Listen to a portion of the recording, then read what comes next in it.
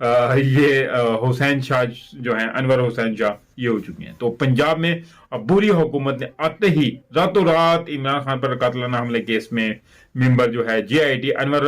حسین شاہ کو بہاولپور ٹرانسفر کیا. انور حسین شاہ نے اپنی قانونی ذمہ داری پوری کی تو انہیں معطل کیا گیا ہے.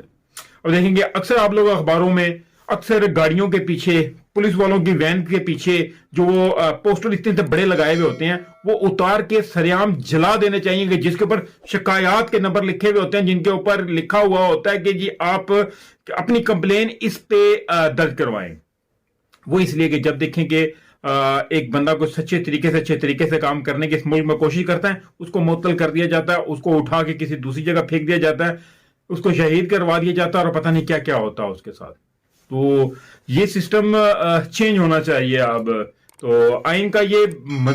جو ہے وہ مذاق بنا دیا گیا ہے. تو PTI کے اراکین اسمبلی سے اب اسپیکر صاحب سے پہلے جو ہے وہ چھپ کر دائیں بائیں ہو جاتے تھے دیکھ لیں. تو آج یہ کہہ لیں کہ کسی غار سے مزید جو ہے وہ 43 اسمبلی جو ہے اراکین جو ہیں وہ ان کے استعفے بھی منظور کر لیے گئے ہیں. تو ہر رکن جو ہے اسمبلی یعنی کہ جب راجہ پرویز اشرف نے کہا تھا کہ ہر رکن اسمبلی میرے پاس جو ہے وہ پیش ہو کر تصدیق کرے گا, تو یہ اچانک سے ہی پتہ نہیں راجہ پرویز اشرف صاحب کو کیا ہوا کہ وہ اب استعفے بند کمروں سے ہی قبول کر کے تو وہ باہر آ رہے ہیں. تو خیر یہ تو رہی سیاست کی باتیں, لیکن سیاست سے ہی ہمارے ملک کا سارا سسٹم جڑا ہوا اور اس وقت سیاست نے جو ہمارے ملک کا حال کیا ہوا ہے دیکھیں کہ کچھ عرصہ پہلے ایسے تھا کہ جب بھی یعنی کہ عمران خان کی حکومت کی بات لے لیں اس وقت جب مہنگائی کا دور تھا اور اس وقت مہنگائی میں تھوڑی سی اگر چیز کا اضافہ ہوا کرتا تھا, میڈیا والوں کو آپ دیکھتے ہوں گے کہ وہ اس وقت ایک دم سے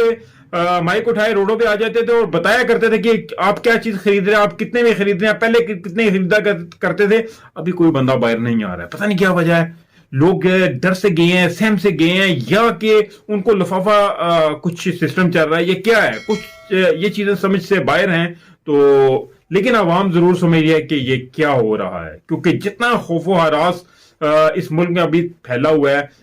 چوری ڈکیتیاں دیکھ لیں, بجلی کا حال دیکھ لیں, گیس کا حال دیکھ لیں, پیٹرول کا حال دیکھ لیں, اور ابھی پیٹرول جب مزید شارٹ ہو جائے گا تو پھر کیا ہوگا. تو ابھی دیکھیں کہ پاکستان کے اوپر مارکیٹ میں ڈالر کی قیمت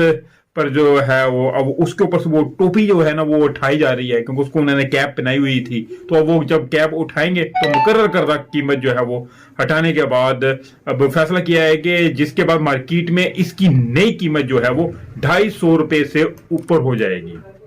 منگل کو ایکسچینج کمپنیز ایسوسی ایشن پاکستان نے ملک میں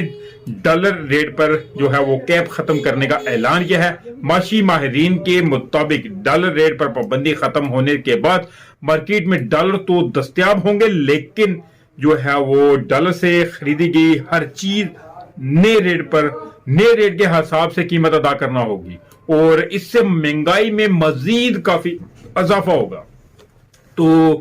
کیونکہ حکومت کا منی بجٹ لانے کا بھی جو ہے وہ بھی پروگرام چل رہا ہے, تو اب دیکھتے ہیں کہ اس کے بارے میں کیا ہوتا ہے. اور مزید آپ لوگ سن ہی رہے ہوں گے کہ عمران خان کی گرفتاری اور مزید کافی ساری ایسی چیزیں چل رہی ہیں. تو اگر ایسا کچھ ہوا تو ملک میں پتہ نہیں کیا ہو سکتا ہے آگے. تو حکومت نے دوسری جو نیا اقدام کیا ہے, کیونکہ ان لوگوں نے الیکشن کسی بھی صورت دیکھ لیں, کسی بھی صورت الیکشن کو انہوں نے طول دینا ہے. تو جب یہ الیکشن کو طول دیں گے تو کسی نہ کسی بہانے سے اب مردم شماری کا سلسلہ شروع کر دیا ان لوگوں نے کہ حکومت نے نئی مردم شماری کے نتائج تک پنجاب اور KP کے انتخابات نہ کرانے پر غور شروع کر دیا ہے. ذرائع کا کہنا ہے کہ نئی مردم شماری 1 فروری سے 31 مارچ تک جاری رہے گی اور مردم شماری کے نتائج اپریل میں جاری ہوں گے. تو قانونی ماہرین جو ہیں وہ ماہرین نے آئینی شکیں جو ہیں اس میں تلاش کرنا شروع کر دی ہیں. تو اب دیکھیں کہ اپریل تک یہ مزید آگے ٹائم لے لیا جائے گا. تو خیر دیکھتے ہیں کہ اس ملک میں اور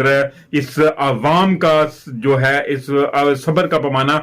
کب لبریز ہوتا ہے, تو کب تک یہ قائم رہتی ہے. تو اس کے ساتھ مجھے اجازت دیجیے, ملتے ہیں اگلی ویڈیو میں, تب تک اپنا خیال رکھیے گا. کائنڈلی جس دوست نے ابھی تک میرے چینل کو سبسکرائب نہیں کیا تو چینل کو سبسکرائب ضرور کر لیں اور بیل آئیکن کے بٹن کو بھی ضرور دبا دیں تاکہ میری ہر نئی آنے والی ویڈیو کا نوٹیفیکیشن آپ کو مل سکے.